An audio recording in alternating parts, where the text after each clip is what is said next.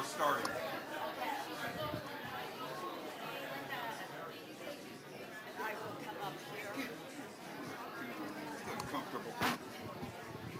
Oh, yeah. I said, oh, yeah, how you doing?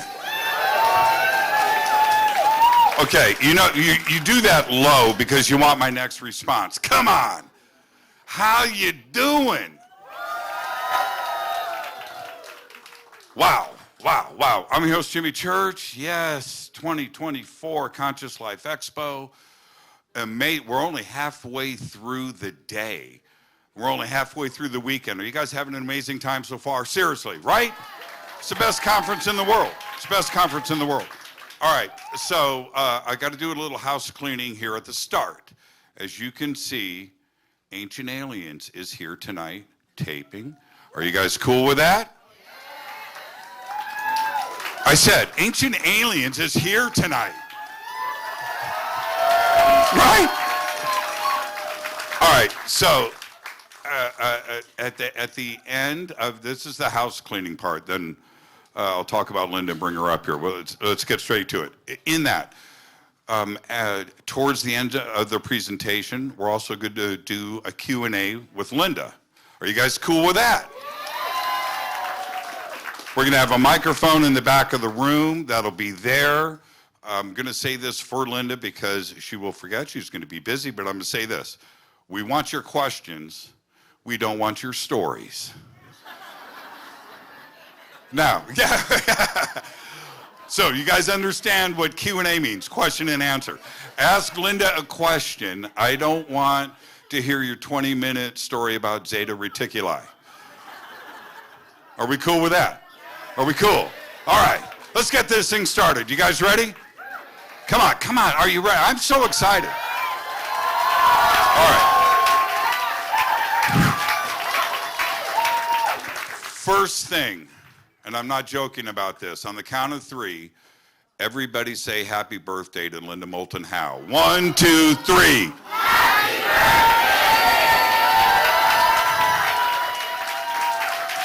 birthday! When I grow up, I want to be one of two people. I want to be William Henry. I want to be Linda Moulton Howe, and I'll go with either one. Okay, so here's the deal. With Linda, just like everybody here, we're all on a personal journey. We come here. There's a reason why all of us are here at this moment. Right now, in this room, there's a personal thing that has brought you here. Same thing with me. It's the same thing with Linda. Linda has a way of not only sharing her knowledge and communicating. She's got that, but she has a tenacity. If Linda gets a sniff, look out. She is not going to stop until she gets those answers. And number two, she does this for us. She does this for the community. She's been doing this for decades. Tired. When I have her on the show, well, I get two things when I have Linda on the show. One, I get to take a break. Because I know that I've got 4 questions I'm going to ask. And then I get Linda's insight on those questions. And it just flows and it comes out. And it's one of the things that I appreciate about her so much. Point number 3 is Earth Files. Think about that. Think about what Earth Files has done. And then we get to the 4th, and that's Ancient Aliens. She's been on Ancient Aliens since season 1. And I remember the first time I watched Ancient Aliens, I thought to myself, it's made for me. Yeah. And all of you thought the same thing, didn't you? Didn't you? Like, this is my show. This is made for me. And if I'm thinking like that, and you are thinking like that, so is the rest of the world. And what Ancient Aliens did, not only for us in our community, but it got this message out, trying to get past the facts and get to the knowledge. That's what Ancient Aliens and Linda Moulton Howe is all about. So I'm going to get off this stage. I want you guys to get loud for the 2024 Conscious Life Expo, welcoming Linda Moulton Howe. Linda, come up on the stage.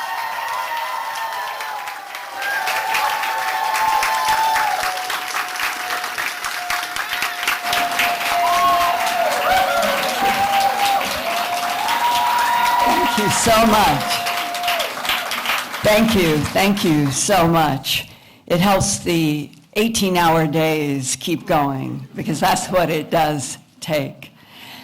And I hesitated for this Conscious Life Expo about whether or not I should continue to try to open up people's minds about animal mutilations and human abductions, because some people have a really hard time with that being an aspect of advanced intelligences in the universe interacting here.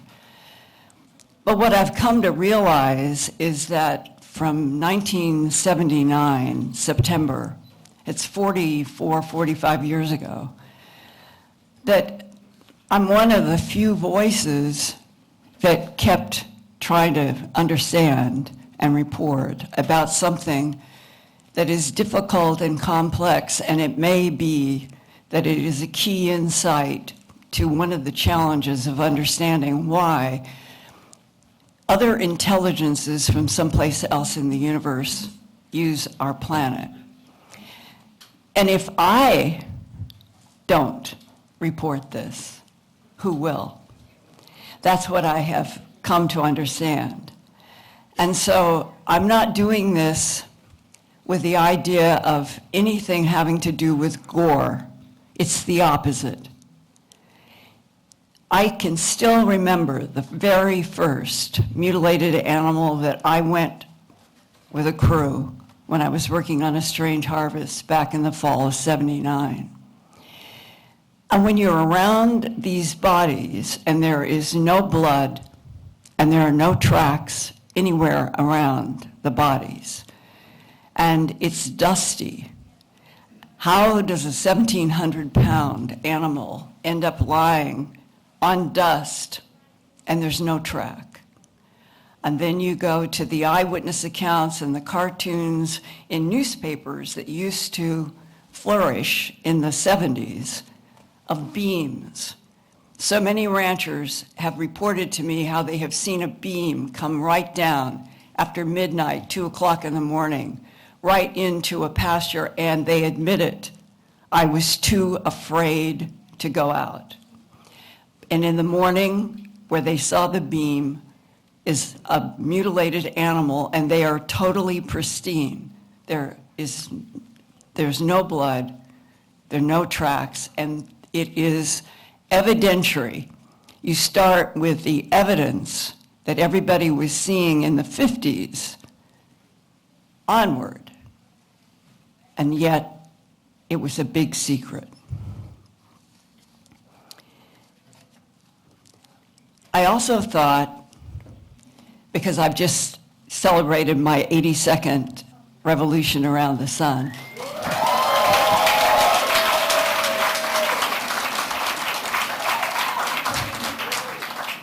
and I would love 82 more,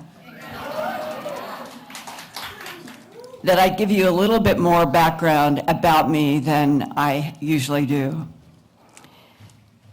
I began working as a TV and documentary film producer, director, writer, editor, and reporter since 1968, when I graduated from Stanford University with a master's degree in communications. And when I was there, I did a film for the Stanford Medical Center. My master's thesis was about using computers for the very first time to try to analyze particle bombardments at the Stanford Linear Accelerator. And science and medicine were so much a part of my life, and it is where I would begin and would continue as I was hired to do news reporting at KNBC in Los Angeles. And then I went to the ABC station, WCVB in Boston, to produce their medical series, House Call. And it was honored with a Station Peabody Award. And then by 1976, I was hired from WCVB to produce documentaries and live studio broadcasts in Denver at the CBS station KMGH-TV. And there I did both documentaries and live studio audience productions about Colorado issues that included my interviewing then Governor Richard Lamb before a very large live studio audience about the problems in the future coming in Colorado, not knowing that in 3 years, Colorado would be front and center in the phenomena of animal mutilations. I was married to a Stanford classmate, Larry Howe, who worked for Time Inc. in their brand new cable division. We had a beautiful 2-year-old daughter, Laura, who loved playing with our cats and dogs in a house on a creek that was beautiful. And then, one day, late in the summer of 1979, during a lunch break with my film crew, audio man Mark O'Kane told the cameraman and me that he had just come off a shoot for a new ABC TV news program called 2020. He said the shoot was in the Midwest where cattle were turning up dead with strange cuts that did not bleed, and even stranger was when the crew walked into a pasture to film one of the strange dead animals. Their camera and audio gear lost power. But when they walked away from the dead cow, their power would come back on. And Mark said they could not figure out what was happening. And for those who may not know, back in the 70s, we, TV crews, we lived or died on what were called battery packs. And the crew had to be conscientious about powering those battery packs at night if you were shooting in the day, or opposite if you were shooting at night. And we lived or died on whether those battery packs, we had enough to get us out in rural areas where we were working. So the very fact that Mark O'Kane, a real pro, was telling me he couldn't keep his battery packs powered on this new 2020 shoot. I wanted to learn more, and I called the 2020 office in New York. I may have talked with Rune Arledge, I don't remember, but it was a producer, and he confirmed that the battery belts kept losing charge near the animals and said they had decided to shelve the entire production and go on to another story. And they had shot, at that time, 130,000 feet of double system film, and they trashed it. Well, I wanted to find out what was interfering with those battery belts. And then the Denver Post and the Rocky Mountain News reported new bloodless, trackless animal mutilations in Colorado that very week. And I learned that Sheriff Tex Graves in Logan County on the Colorado-Wyoming border have been investigating bloodless, trackless animal mutilations since the early 1960s, and there were other cases that went back into the 1950s, but our government had been making sure that those animal mutilations were completely covered up. So I called Sheriff Tex Graves, and he invited me to visit him to look at more than 200, it was actually 300 color Polaroids that he had taken of bloodless, mutilated cattle for his investigations. It's just one sheriff, 300 Polaroids. And he said in that office that day, looking straight into my eyes, "Linda, I'll save you some time. The perpetrators of these bloodless, trackless mutilations are creatures from outer space," close quote. And when he said that, I felt like I was hit physically with an electric charge throughout my entire body. I have never felt anything like it before or since. But I knew intuitively that what that sheriff was telling me at that moment was true.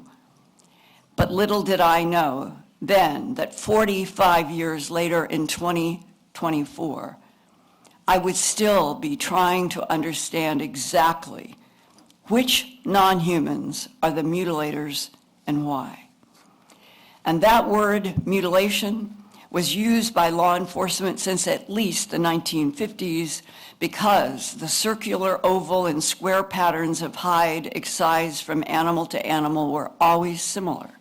Whether in Colorado or Argentina or England, it was going on all over the world. Cases from then to now have been reported not only in domestic farm animals, but in wild game, such as deer, elk, reindeer, kangaroos in Australia, foxes, rabbits, and even domestic house cats have been found over and over around the world, cut in half without any blood.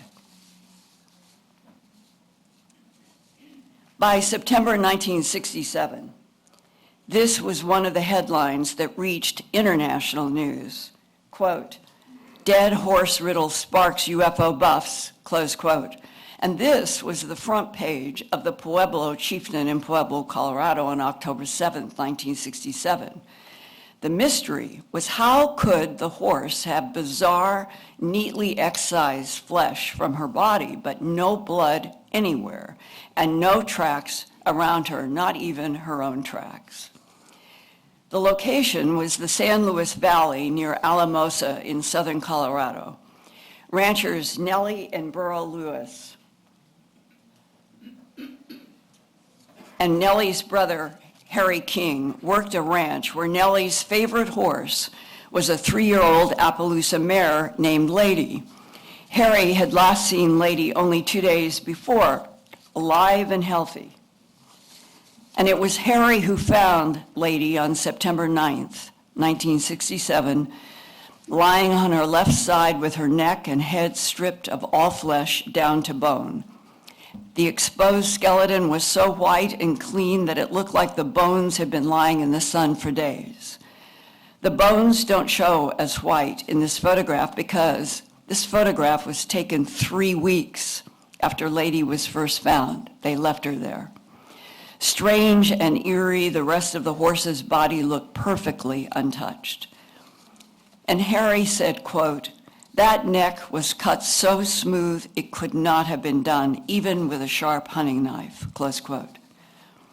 I called up Burl Lewis in Alamosa, Colorado, to hear what he saw with his own eyes. And he told me that when he searched the ground around the horse, he found that her last hoof tracks stopped 100 feet southeast of her body. And there, it looked like she had come up on her back feet, and she was jumping around in a circle on her back hooves, as if her front legs were not touching the ground. There were no other tracks between the circle and Lady's dead and mutilated body, but 40 feet south of her was a broken bush, and Burl told me, quote, "Around that bush was a 3-foot diameter circle of 6 or 8 holes in the ground, each hole about 4 inches wide and 3 to 4 inches deep." And he is the one who said to me, "Linda, I think whatever did this, they suspended that horse vertically on her back legs long enough to make that circle. And then, how did she get to where they found her dead?" Well, the beam plays a big role in animal mutilations and UFOs. The UFO connection to the bizarre bloodless horse mutilation came from many San Luis Valley residents who had been seeing unidentified lights and various types of unknown aerial craft moving in the sky during that summer of 1967. After headlines about Lady's bizarre death, Dr. John Altshuler, MD, back in 1967, was a doctor of pathology and hematology at Rose Medical Center in Denver, and he made a secret trip out of curiosity to Alamosa to see the horse that laid untouched by predators for weeks. I worked with him on dozens of animal mutilation investigations in the 1980s to the 1990s, and he finally went on the record for my first book, An Alien Harvest, that was released in June of 1989. He told me, quote, "The outer edges of Lady's cut hide were firm, almost as if they had been cauterized," close quote. And back in his lab, looking at ladies' prepared skin tissues under a microscope. The cells showed evidence of exposure to high heat. Dr. Altshuler also found that in the horse's chest, the heart, lungs, and thyroid had been carefully removed, and there was not one drop of blood anywhere in that dry chest. Back in Dr. Altshuler's lab, looking at prepared skin tissues under a microscope, the cells showed evidence of exposure to high heat. Dr. Altshuler also found that inside the horse's chest, the heart, lungs, and thyroid had been carefully removed. And he said, quote, "It was an incredible dissection of organs without any evidence of blood," close quote. We had long discussions about Lady and the growing forensic evidence that indicated exotic technologies that were not comprehensible were at work in the excisions, and that ranchers had seen beams of light coming down from glowing discs into their pastures. A few had even seen one of their animals rise up in a beam of light or be lowered in a beam of light into the pasture where the animal would then be found on the ground, dead and mutilated. Veterinarians doing necropsies reported broken bones that implied the animal was dropped from high up onto the hard ground.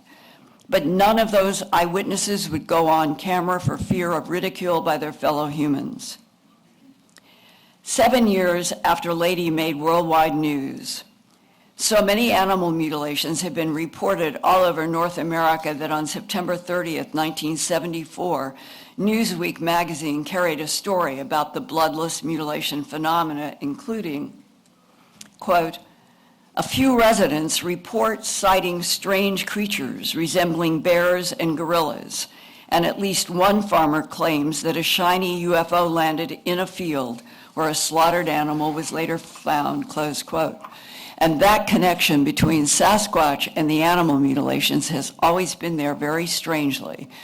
One of the cases I remember talking about with a sheriff deputy in Montana, he had a rancher come into the sheriff's office, and the rancher was carrying a shotgun. And he said, "I want you to know, I've been out hunting, and this big, furry," and he said, gorilla is what it said in the sheriff's report. "This gorilla comes over the hill toward me. I raised the gun, I shot, and Sheriff, it disappeared in a flash of light." What disappears in flashes of light? And that is a description that I've heard from many, many, many people over the last 4-5 decades. The Dispatch newspaper in St. Paul, Minnesota raised this question in a headline: Are UFOs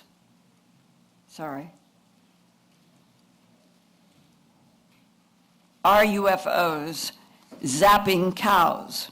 And in the previous photo, this was a pasture in Meeker County, Minnesota, in which the day before there was not one circle in this pasture.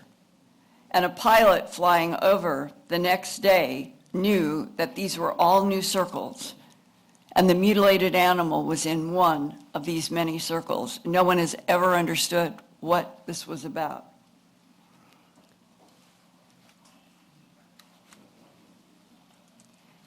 The news article stated, quote, "The heifer was found dead in a perfect circle of bare ground in a snow-covered field with no footprints to be found," close quote. The implication was that the mutilated animals were somehow lowered to the ground from the air, which implied that they had been picked up from the ground into something in the air. And then came the peak years of 1975 to 76, with front page headlines like this Montana Great Falls Tribune on February 13th, 1975, quote, "Weird, mysterious killing of cattle reported," close quote. 1975 to 1976 is when Sheriff Tex Graves in Logan County, Colorado. said that he was called out to so many mutilations that he began having nightmares. And that meant the animals had been killed only a few hours before Sheriff Graves got to them.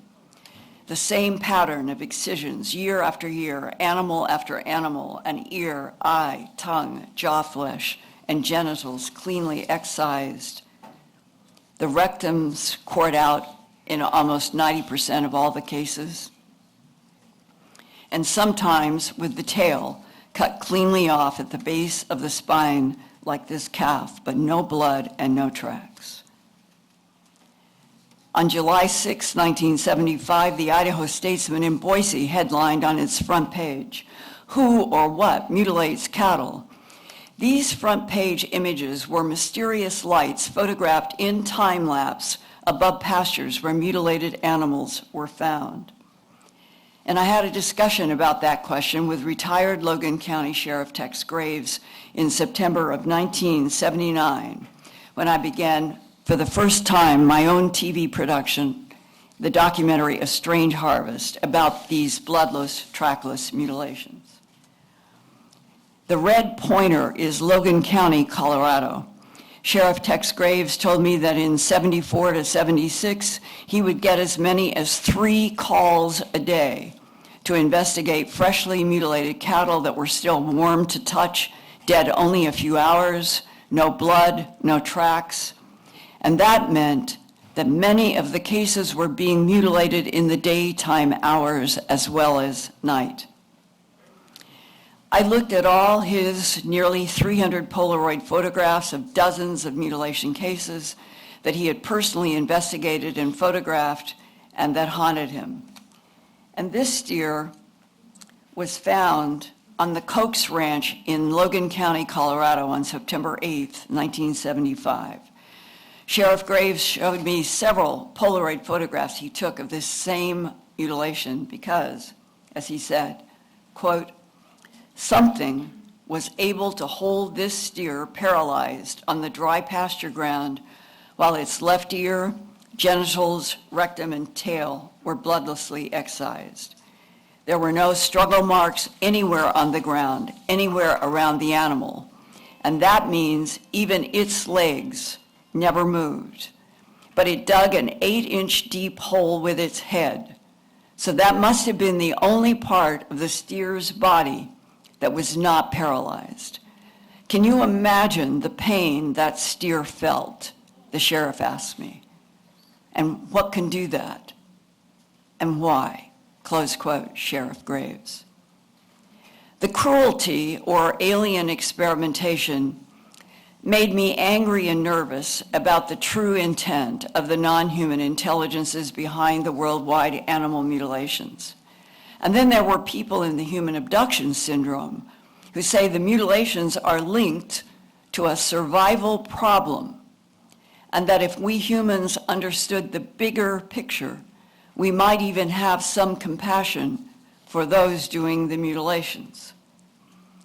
After several hours talking with retired Sheriff Tex Graves and seeing his Polaroids of Logan County cattle mutilations, like this one, of his shadow and a cow he was photographing that had its lips, jaw, flesh, ear, and neck burned away by some unknown technology, I asked him, "Sheriff, did you ever see a light down in the pasture?"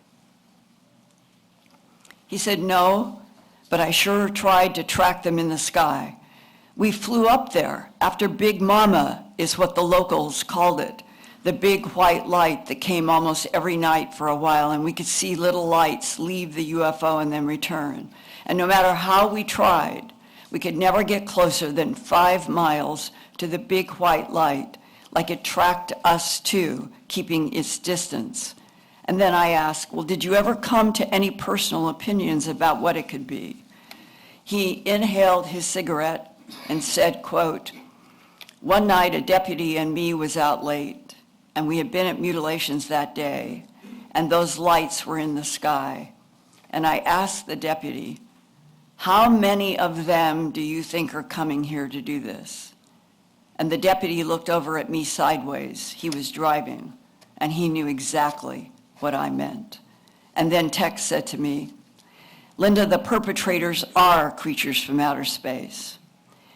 And I had that electric feeling and intuitively knew he was saying truth. Further beyond domestic cattle, horses, goats, sheep, pigs, and rabbits, the same mysterious, bloodless, trackless deaths were found in wild deer, reindeer, elk, kangaroos, foxes, and even a marmot. One horse farmer saw a silver disc in his pasture when he had a series of colt mutilations on his Missouri farm in 1975. The disc in his pasture left behind a circle of dead grass, and the soil was so hard he compared it to ceramics. And he said the ceramic in the soil in a circle lasted for 2 years afterward. The horse farmer also saw this small, glowing being in his truck headlights when he was driving home one night during the horse mutilations. By the fall of 1975, ranchers were arming themselves with rifles and doing night patrols to catch the animal mutilators, while the strange, disturbing, bloodless animal mutilations kept being reported in more and more places from then to this day.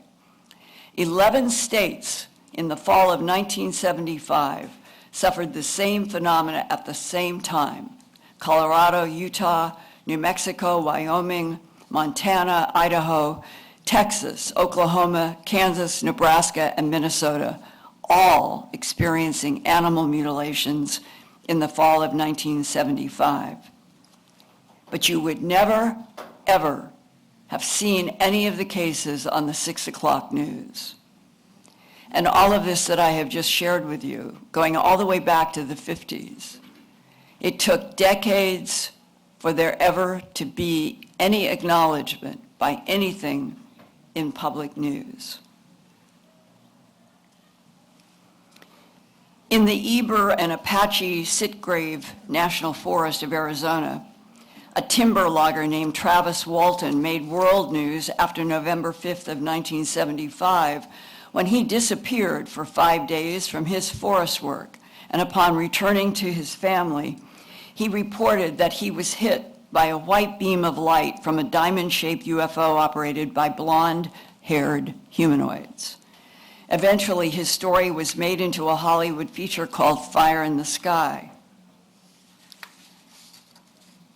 4 years later, in September of 1979, I was at Denver's CBS TV station producing my animal mutilation investigation that became the 90-minute Emmy Award-winning broadcast, A Strange Harvest, on May 25th, 1980.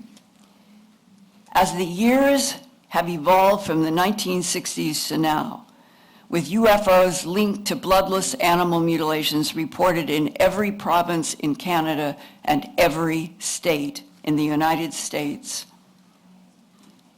Mexico, Puerto Rico, Central America, South American countries of Venezuela, Colombia, Brazil, Bolivia, Peru, and Argentina. Argentina has had over 3,000 mutilation cases officially filed with the government since 2003, many with veterinarians confirming high heat at the excisions, exactly as John Altschiller and I were able to find in the 80s in Colorado.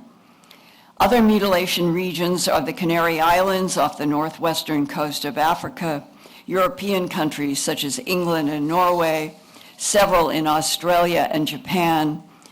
And another observation is that India, cattle are revered religiously there. I do not have, and I do not know of a single mutilation case from that large continent. And I have had discussions with a few people about whether or not other intelligences are actually showing respect for different human cultural and spiritual practices reflected in animal mutilations, because there is something wrong with those that are doing the mutilations, and there is something about the earth life that they are harvesting that may be keeping them alive but they wouldn't touch anything in India. I put that out now so that you know that the context is not just simply blunt heating instruments of animals everywhere. I think it is much more complex. One fact that has not changed over decades: the external tissue and the internal organ excisions are precise and bloodless, often on white hair where there's nothing, not even pink. And this was a photograph of a removed penis in the clean white hair of a bull calf in Manila, Utah, found October 22nd, 1982. And like the perfect half udder excised from this pregnant cow in Colorado Springs between noon and 5 p.m. on September 9th, 1982, and during the noon to 5 time, both owners of that ranch were outside less than a quarter of a mile from where this pregnant cow is found with her entire half udder removed. And the fetus was still there. Excisions are not only smooth and bloodless, they can be serrated the way we think of pinking shears cutting cloth for dressmakers, as photographed in the top image of a mutilated Great Falls, Montana cow in 1975, compared to a 2-year-old Hereford steer in Portland, Oregon on October 1, 1990. The Veterinary Diagnostic Laboratory at the College of Veterinary Medicine at Oregon State University in Corvallis examined the Hereford steer's pinking shears excision, and Dr. Madeline Ray signed her report and stated, quote, "This is consistent with a specimen collected via electrosurgical excision. It is not possible to tell whether this lesion was caused by a laser. It does appear consistent with a heat-induced injury," close quote. Jumping forward in time, tissue analyses of many mutilated animals have confirmed high heat that was applied to the bloodless cuts, like this steer in Caldwell, Kansas, found January 31st, 1992. Bloodless, large and small animal mutilations like this, without, not only is there no blood, there was no liquid anywhere where the tongue had been removed, the jaw flesh had been removed, and the rectum had been cored out. Between June 2013 and December 2014, rancher Alex Peterson in Hagler, Nebraska, about 190 miles east of Denver, Colorado, suffered 8 mutilations of his registered black Angus, 7 pregnant cows, and 1 prize bull. Hagler is in the far southwestern corner of the state of Nebraska, about 100 miles southeast of Logan County, Colorado, where Sheriff Tex Graves worked. Alex and his father have been raising cattle in Hagler since the 1930s. And now Alex has 600 purebred black Angus that range over several pastures. And Alex found 3 of his pregnant Angus cows dead and mutilated on June 16th, 19th, and 23rd of the year 2013 in the ranch's best pasture. And like so many other strange animal mutilations over the decades, hungry coyotes would come and approach, but they would stay 12 to 15 feet out around the bodies of these dead and mutilated cows, and they would never touch the bodies. The second mutilated pregnant Angus cow was discovered on June 19, 2013, only 20 feet from where Alex had dragged the first mutilated cow on June 16th. And the second cow's right jaw tissue was excised in a very clean oval. The tongue and right eye were removed, and her belly had been cut open. And in this case, the unborn calf had been removed.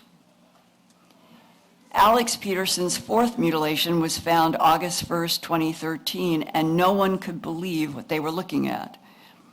The big pregnant cow weighing about 1,700 pounds was found apparently dropped headfirst into a small hole in the pasture that Alex had no idea even where the hole came from. Alex told me she was discovered in the early morning of August 1st, 2013, around 7:30 a.m., 7 miles south of the first 3 mutilations.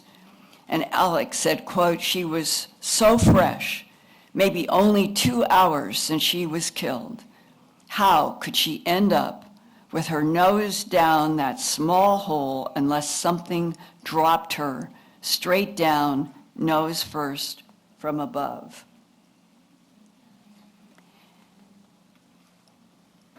There were no signs of struggle anywhere in the grass or soil around her forehooves, but from her rear, a 12-inch diameter bloodless circle of rectal and vaginal tissue had been cleanly cut off, along with her tail. Alex sent me photographs that he took that morning, and one showed a serrated edge similar to other pinking shear cuts since the 1970s in the rectal and vaginal excision. He used a tractor to pull the big cow from the hole and found a perfectly preserved spider web near the bottom. He said, quote, "If that cow had been alive and breathing when her nose was dropped into that hole, that would have destroyed the spider web. So she had to be dead and already cut up when she was dropped head first down into that hole," close quote. 1 week later, in the early morning of August 8th, 2013, Alex found another mutilated Angus, an 8-month-old heifer, dead and mutilated, lying on top of the bull's manure pile at the Windmill Angus Ranch. And Alex said, quote, "She would never have climbed up there on her own. She had to have been dropped or placed there," close quote. All of this reinforcing that animal mutilations are always the targets of something that is coming from the air down to the animals, and often sheriffs and deputies have seen something rising in beams. 1 week later, in the early morning of August 8th, 2013, Alex found another mutilated Angus, an 8-month-old heifer, dead and mutilated, lying there on that pile. And then, 1 year later, on September 10th, 2014, Alex called to tell me that his ranch hand, Lewis, found another bloodless mutilation 150 feet north of the exact same spot the year before. This was another pregnant Angus cow, and based on her bloat, Alex thought that she had been dead about 18 to 20 hours. So she would have been killed in the night of September 8th to 9th of 2014. 3 of the pregnant Angus cow's 4 teats were bloodlessly sliced off at the surface of the udder. There they are. And both dew claws were removed in clean, bloodless excisions that appeared to have smooth, darkened, and raised edges as if high heat had been applied, as confirmed by so many animal mutilations over those years. So who, what, and why? These are the non-human types that a woman named Judy Doherty and her daughter, Cindy Tyndall, both saw in May of 1973 during their abduction outside of Houston, Texas, after Judy saw a calf rising in a pale yellow beam of light from a pasture next to the road. 10 years later, in July of 1983, Ron and Paula Watson of Mount Vernon, Missouri, watched through binoculars as small gray beings floated a live but paralyzed cow out of the pasture across the road into a craft guarded by what looked like a standing-up lizard and a Sasquatch entity. I was there with them when I worked on a TV program going back to, it was 1990, I think. And I got to look through the binoculars at the exact same pasture, and to hear them talking about they're standing, looking through binoculars real time, and they're seeing these beings, and they're seeing that the small gray ones put out their arms like this. They demonstrated. So the arms went out, the calf is dead, and then it just rose. And the beings rose, and the animal, which must have weighed 1,700 pounds, just rose with them, and then moved across the pasture into that cone-shaped craft.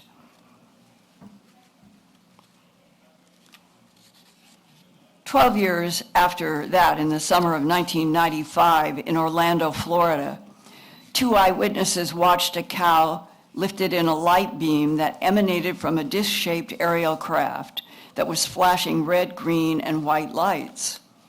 The 2 male eyewitnesses were also abducted and watched standing up lizards process the cow for what they thought that they were getting telepathic communication from the standing up lizards was some kind of food and genetic harvest. Both of those, I think, are correct. This is not just sustenance, and it's not just harvesting genetic material. It's both. That's what the global animal mutilations have been about for 3/4 of a century. Sustenance and genetic material. One of those people looking at the lizard, his name was Roger Vail, a musician in Colorado, and he said the reptilian alien beings hooked the cow up to a large machine that was inserted into different areas of the cow's body to cut and extract the cow's blood for food.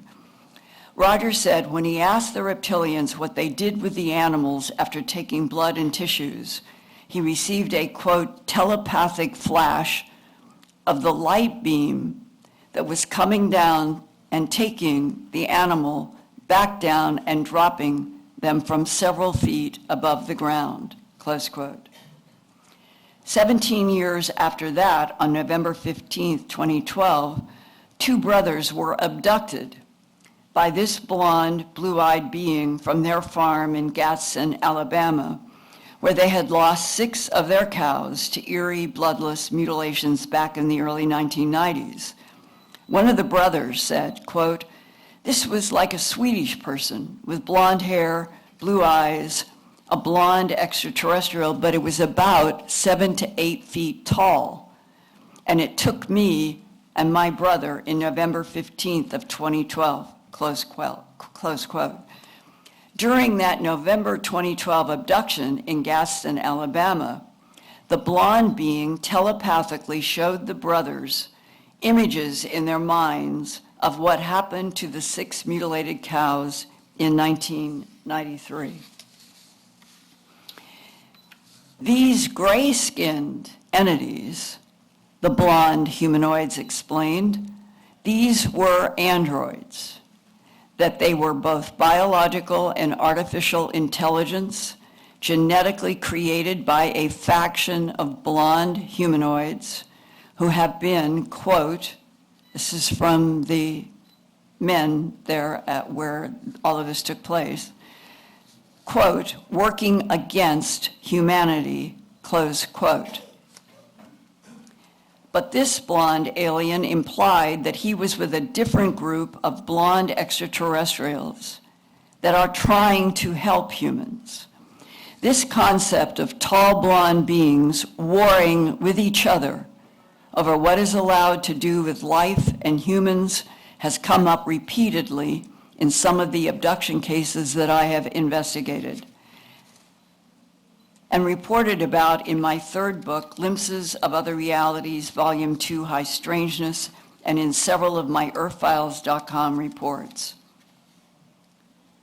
And then in 1997, U.S. Army Lieutenant Colonel Philip J. Corso released this groundbreaking book, of his firsthand knowledge about UFO retrievals and back engineering of alien technology from Roswell, New Mexico, and many other sites when he worked in the Pentagon for General Arthur Trudeau, who was the first Army Director of Research and Development appointed in 1958 by President Dwight D. Eisenhower. Colonel Corso learned a lot about the extraterrestrial perpetrators of the worldwide animal mutilation phenomenon and wrote the following in his book, copyright 1997, The Day After Roswell.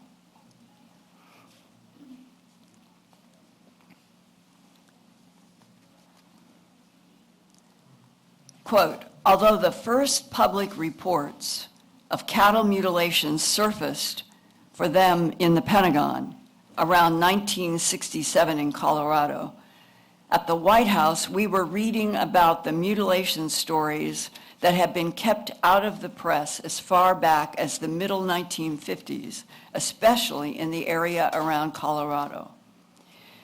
We had irrefutable evidence that extraterrestrial biological entities were landing on farms, harvesting vital organs from livestock, and they're just leaving the carcasses on the ground because they knew we couldn't do anything about it.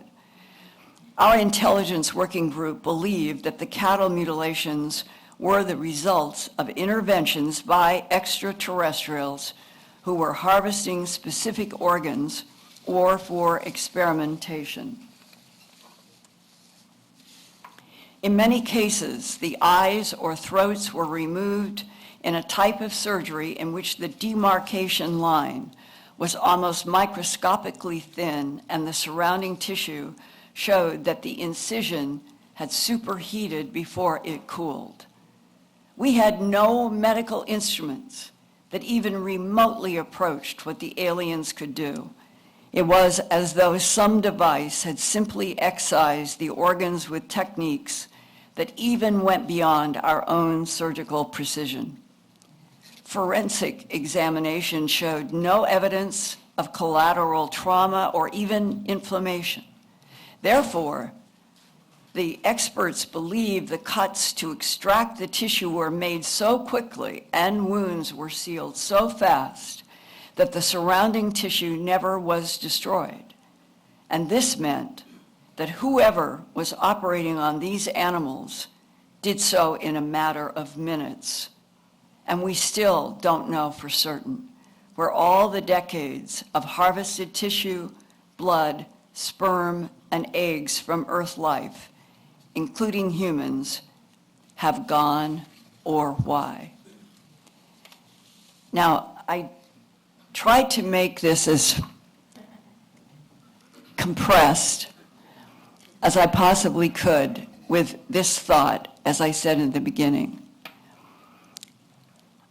Instead of being repelled, I reached a point where my curiosity about what would extraterrestrial biological entities and androids from someplace else in the universe or from inside our own planet,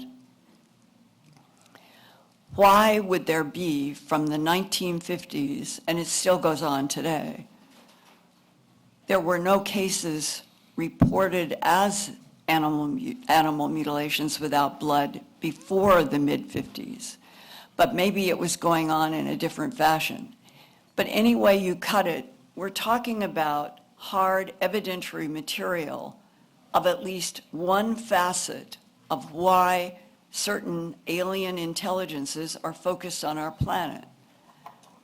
If the Pentagon, if JSOC, if the Department of Defense learned that there was a compassionate reason behind it, that there was something about the evolutionary history of these certain specific beings in our particular solar system that caused them to need something from Earth in order to survive, that has been one hypothesis presented to me by people who have worked in the government. But always working against that is the sense we have slaughterhouses.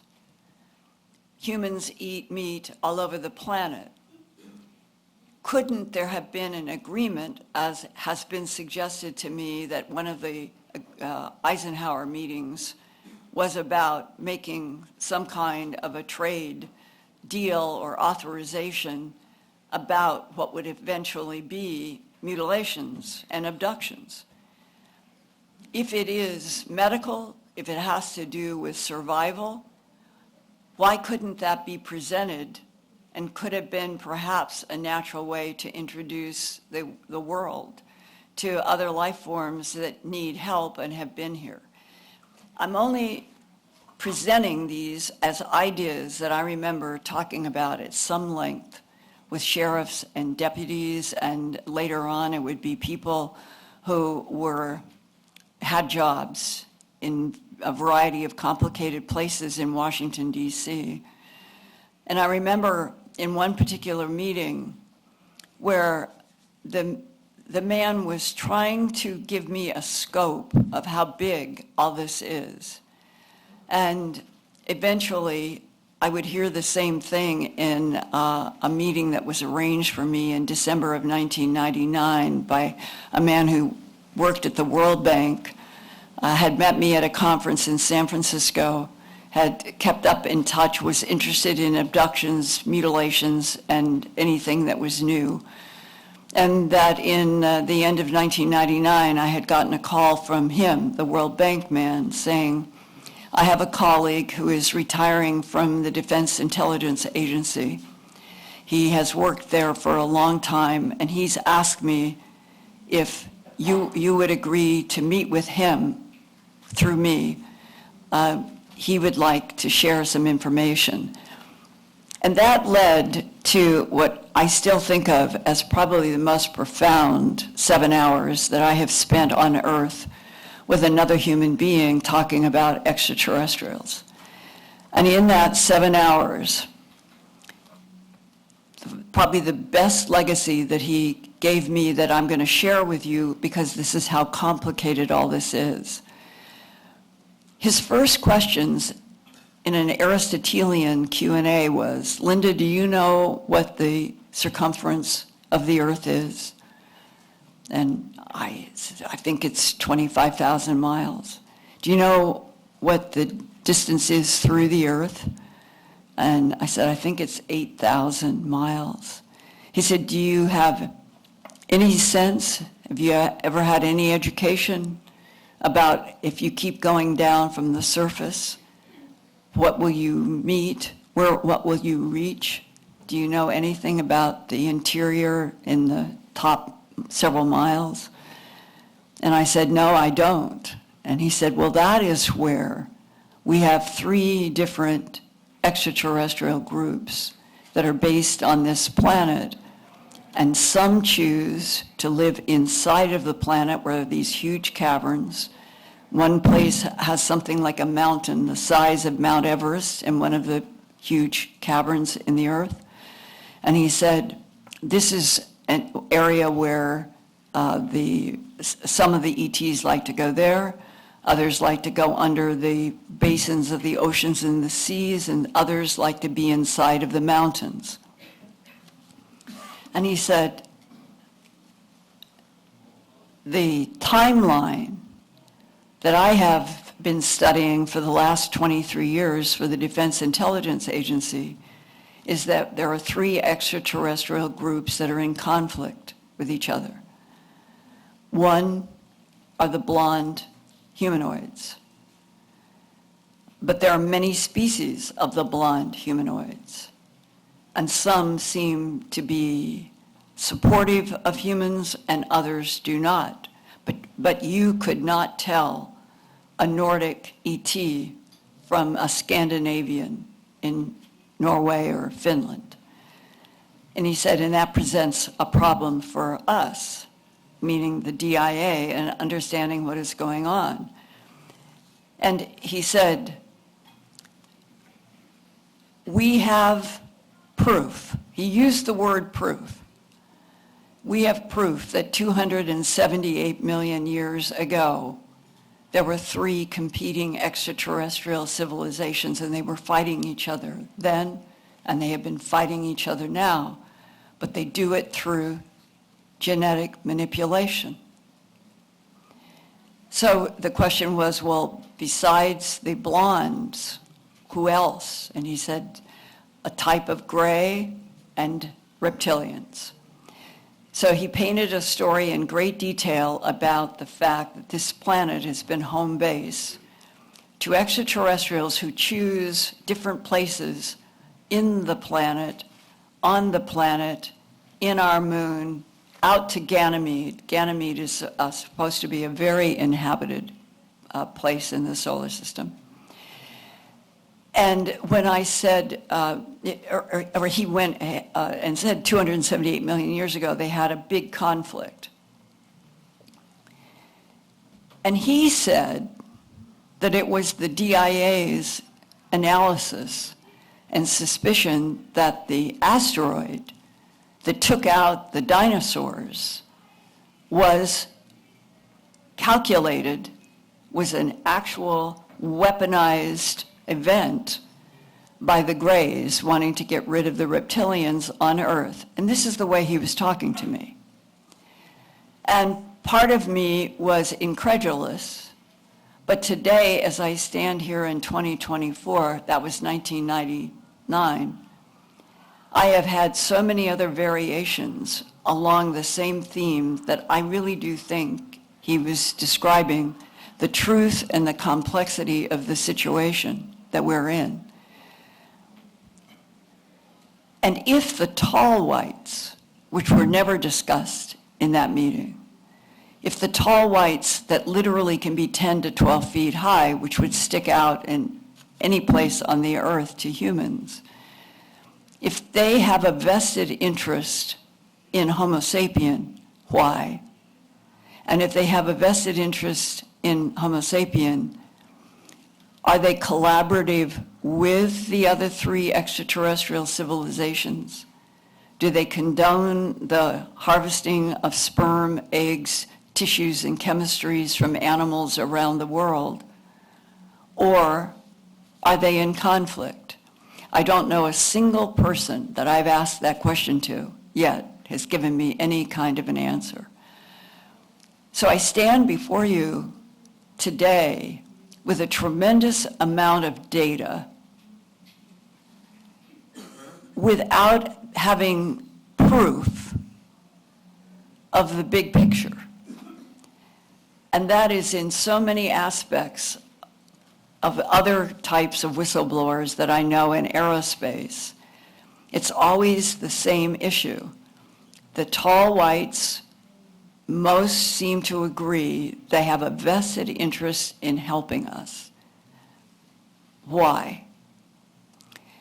And if they do, are they allies, enemies, or neutral with the many other extraterrestrial types that our own government studies that include Nordics, blonde, blue-eyed, 9 species, 3 allegedly, I guess you would say, supportive or collaborative with the tall whites and humans, and 6 of them not. Reptilians that want Earth, and they don't want Earth with us on it. Hostile insects, tronoloids. Ronald Reagan was presented with this in Camp David after his election in 1981. I've done many reports on this at earthfiles.com. I have talked with a man who was in that meeting. It went on March 6th, 7th, and 8th of 1981. And that is where Ronald Reagan was given 5 types. The EBINS, extraterrestrial biological entities, is the acronym for those that would be somewhere near the Whitley Strieber face, but Whitley Strieber, it comes down like this. The EBINS classically have a shape like that, a U instead of a point, and that there were quadloids, 4 fingers, There were tronoloids, the dangerous insects from Epsilon Eridani that is only 10 and a half light years from Earth. The heplalloids, HEPLALOID. I've had a lot of people tell me, I know what the heplalloid is, but I have never seen proof, and I've never seen a document that showed the face of a heplalloid, but it might be that video that floats around on the internet of a brown peanut butter colored being on camera in a dark space, and human nurses are coming and going, helping this being. It's a video that's been out there since the end of the 1990s. It's been suggested to me that that might be a heplalloid, but it doesn't explain who or why.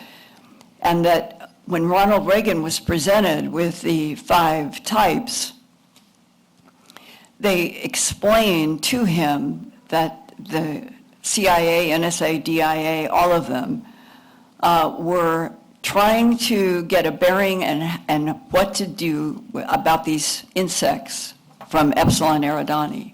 Well, that was 1981, and we're now at 2024. These are the types of questions that begin to pile up when you are seriously trying to get witnesses, government, corroboration on. I've presented to you what I think is hard evidence and evidentiary material over a long period of time. But until the government officially gets behind and says, this is what we know, these are people we can, or beings that we can collaborate with, they don't want to talk about what might be a problem. Because everybody says they're worried about human reaction to the truth. But how are humans going to evolve and ever be able to stand on their own 2 feet on Earth without killing each other if they don't understand about our origins genetically through genetic manipulation of already evolving primates to create Homo sapien? We have to be given, I think, truth before we can stand up strong.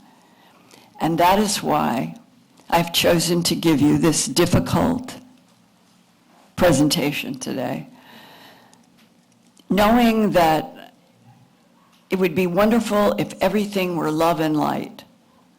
But even on our own planet, among humans, humans have fought each other for centuries.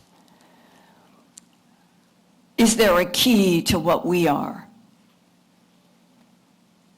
If we go back in time and that the Phoenicians and the Sumerians and the Anunnaki were truly full-blood ETs that worked in this solar system and on this planet and never cut humans in on their secrets.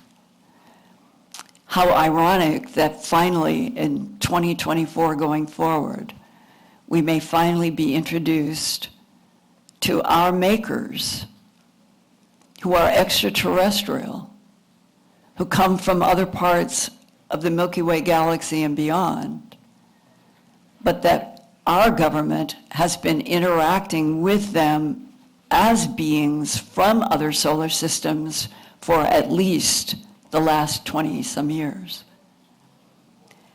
And even though this is difficult, could I have a show of hands of how many of you think that everybody in the world should be introduced to what I shared with you today? Most of you. Well, I agree. And I wonder if a next appropriate question is there ever a right time when government should lie to protect citizens? That's my bias, always. I really do think you always lead with the truth. I've lived that way my whole life. Yeah. And it is painful to realize how much we have to go, how much has to be said and shown for this planet to actually be caught up from millions of years to a present truth. That's the part that I think is astonishing. And I am with Danny and everybody. I really think that there is a feeling that we are getting close to opening this up. And I guess another question. Do you think that if the United States led with a 24-hour, same second, everywhere on the planet at the same moment, meaning dark in India and bright somewhere else, simultaneous satellites everywhere, the same announcement, and introduced beings like the tall whites as being our friends, do you think that the earth, that humans could take that?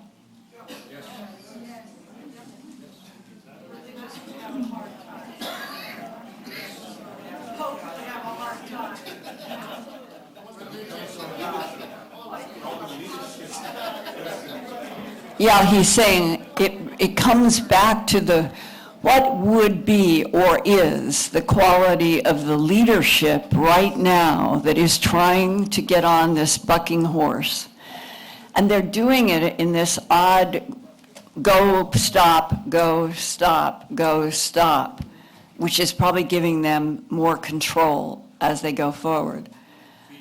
But the number of different perspectives on what is the truth of consciousness in this universe and what on a bell-shaped curve, if you are trying to look at humanity on a bell-shaped curve, why can't it be said to the world, as we have been in conflict and wars and peace and glory, we are in a universe where there are other intelligences far more advanced than we are, and they also have conflict. But they would like to share themselves and their knowledge in our planet with you, knowing they don't want our planet, they don't want to hurt you. They have been helping us for centuries. Are we so cracked and broken from so many official lies that it becomes hard for governments to tell the truth? That's what scares me. Yes.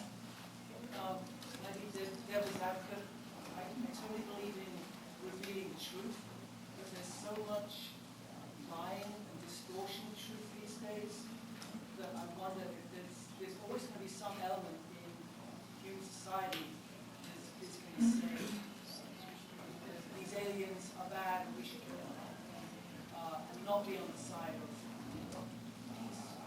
Have you had an interaction? Do you know anyone who has?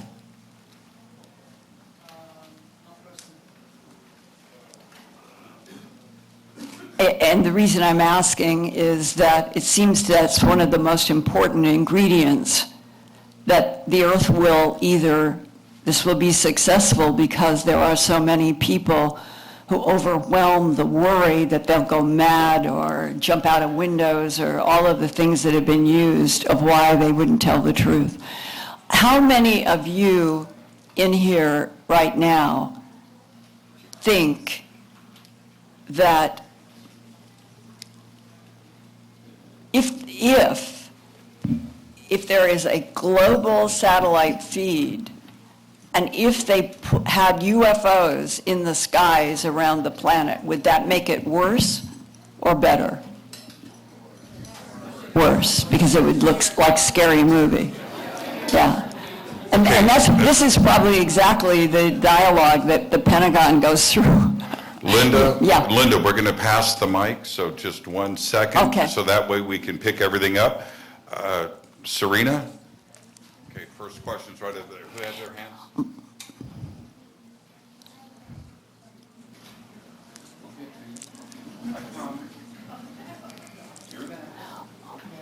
And while they're doing this, I would like to know a show of hands, how many of you found this valuable? Oh, extremely valuable. Thank you. Extremely. I worry about it. You have no idea how hard it is at 2 o'clock in the morning to write these scripts and be thinking of people in their eyes and their minds and their soul and thinking, I don't want to scare people, but I would like to feel like I was helping educate, which I think strengthens. And it's a hard line.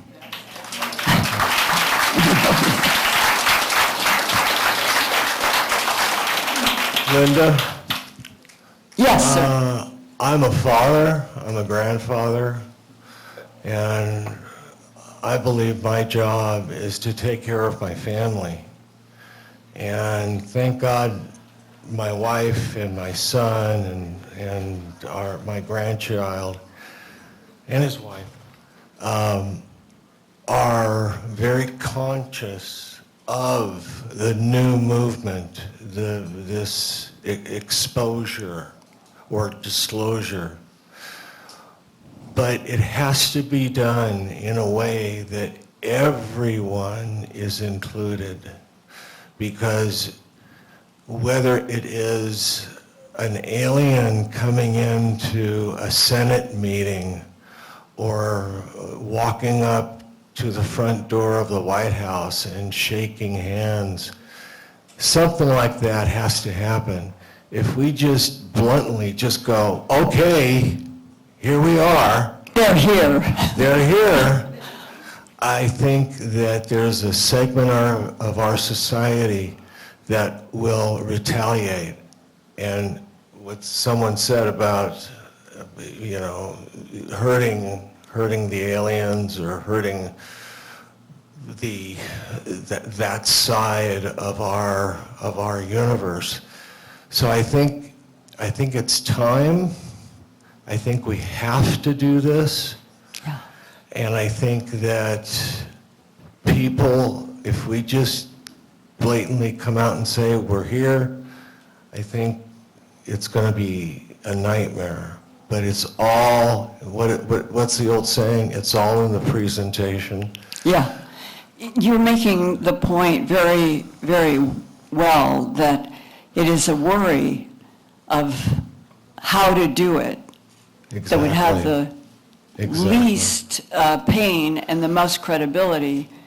And that's probably what they've got game plans for and what Danny wants to get into and all of that. But I also wonder, what do you think would happen on the Earth 24 hours from now if the skies were filled with craft? I mean, I think that would be like an act of aggression, right? And that's probably what is really hard to get around, even if it's not in the sky. It's introducing, after so many decades of lies and policies of denial. And that is one of the biggest problems, because how do you then believe an organization that has lied for years? And that's one of the big stumbling blocks. But he's raised an issue. Does somebody else have something to? Yes, please. Well, hold on, Linda. Here's the next question. I have a piggyback question. So we're all exploring this together with you, and I'm so grateful for the way you delicately delivered something so difficult. Thank you. Thank you for thinking about your audience. But if you had the answer, my question is, wouldn't you just tell us? If I knew exactly the truth, that's what my life has been, I would report it to you the best I would know how. And what was intensive in this one is showing we're not talking about horrible, gory scenes. Not ever. Animal mutilations are the opposite. They are so pristine. It's eerie. It's an eerie quality when you're there. So is the non-human doing the eerie cleanliness almost as a, this is us. We can do this. We are not leaving you a mess. Or it could also be looked at as flaunting. We can do this, and you could never do this. All of that are these ingredients that are very, very difficult to understand. But the question that abductees, jump over to the abductees, they don't have it easy either. They're having traumas that they have to deal with. But that makes it even more significant to me that it's the abductees who first said to me, I think they've got a problem, and they need something from Earth life. And they're not affecting humans this way. They're making it clear they're going after animals. So you start getting into these very subtle,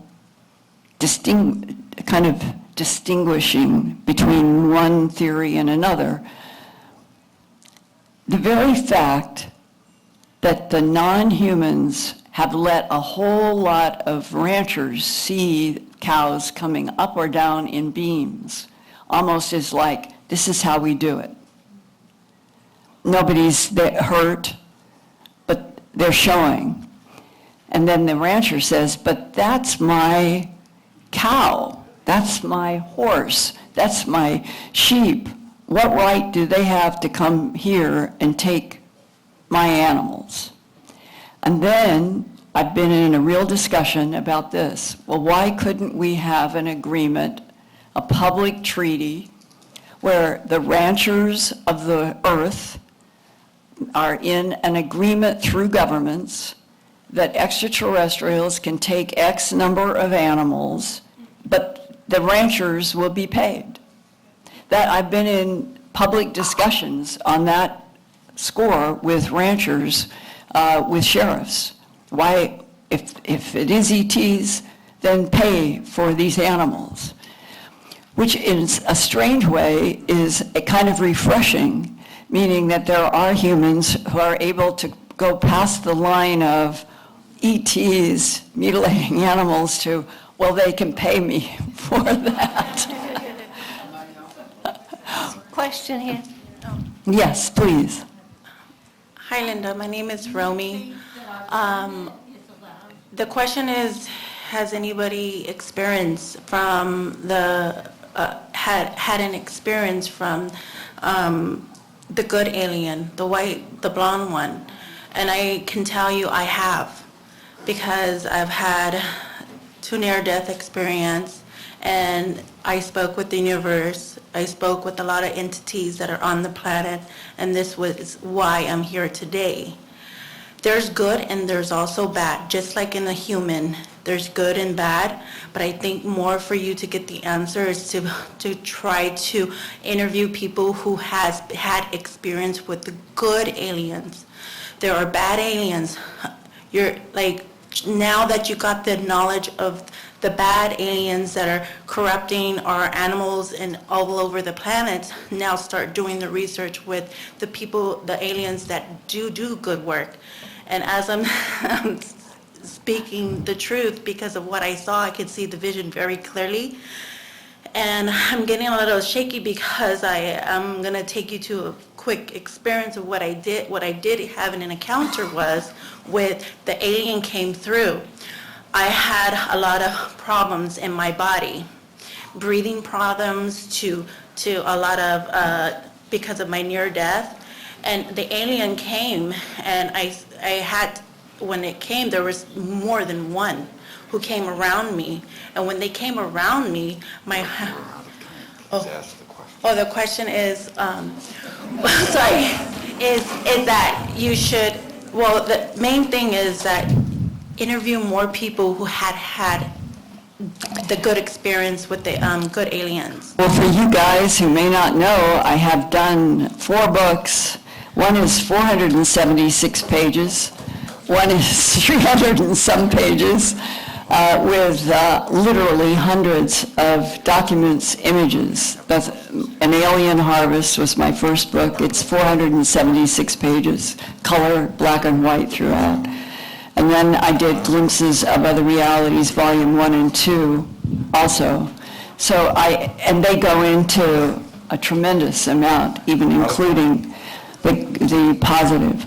But let's hold your comment there for a second. And this dear woman right here. Okay, please, I have- Wait.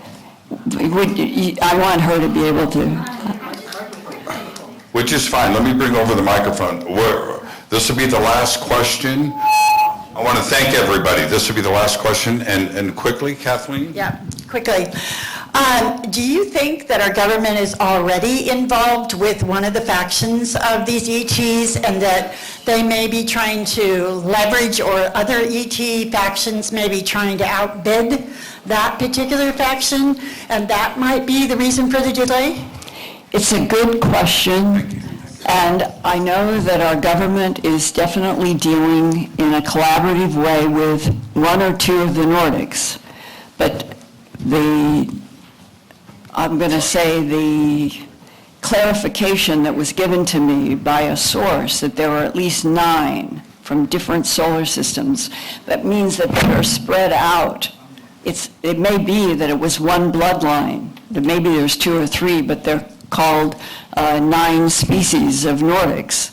And if it's true that only 3 are collaborative and supportive, we're back to another one of the difficulties is that non-humans are shapeshifters. They have been described shape-shifting throughout history. In Vietnam, I had several people who were fighting in Vietnam who came to me with stories. One that was very dramatic, the guy was going through a jungle. He was doing this. And all of a sudden, where he thought he was grabbing the green, his knuckles hit and hurt him. And he was shocked. And then he started going like this, pulling on the leaves, and he got to this hard thing, and then he pulled the plants, and it was a huge, round disc with a total mirror surface. And the mirror reflected everything, so that even when he saw that it was a mirror, and it's hard, it was still hard for him to even reach out because it was all so confusing. And there are a lot of stories that came out of Vietnam about shapeshifters.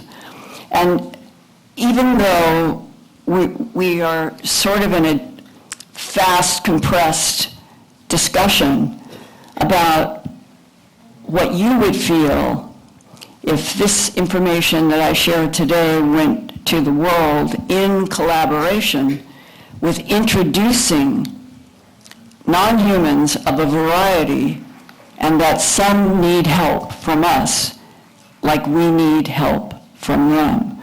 And there you get up to, is the government already working with the tall whites? As far as I know, they are. I've talked with 3 men that have had work with them in aerospace. So the government already, in a strange way, has done all of the work that we, as a wave, are coming up to, but we're the 8 billion, and they are the small leadership. And it's how do you translate whatever they've gone through, whatever treaties they have, wherever they can go. As I understand it, we have a space force, and that there is a Hoyt Vandenberg and the men who were head CIA directors, and that those ships can go out beyond our solar system a long way. They have been to other star systems. And if one of the statements made to me, which I have no proof for whatsoever, but it was said, with the help of the tall whites taking us out to other solar systems, that we now know that there are 168 civilizations in the small band that the Milky Way galaxy is in, or our solar system is in, the small band of the Milky Way galaxy. And 168, the first time I received that as a number, I remember standing stunned. As much as I have done this work, I was stunned. 168 civilizations just in this one little band of the Milky Way. And there are supposed to be 2 or 3 trillion galaxies in this particular universe, defined as what the James Webb Telescope has seen. 3 trillion or 2 trillion. The number of stars in our galaxy alone, the number of stars is supposed to be 1 or 2 trillion. So you're talking trillions of stars and trillions of galaxies. And we are Homo sapiens sapien on planet Earth in a solar system in which we know that in the far distant past that the Sumerians and the Anunnaki left stone about their being here, having wars. John Brandenburg, a plasma physicist, has a book out, Death on Mars, hydrogen bombs, wars of ETs. And so in an odd way, the more I've learned, the more I have felt that we humans, with all of our good and our bad, there seems to be similarities. And that's where we have to come to what I think is the place in the road. We have to tell this whole planet the truth. Linda, thank you so much.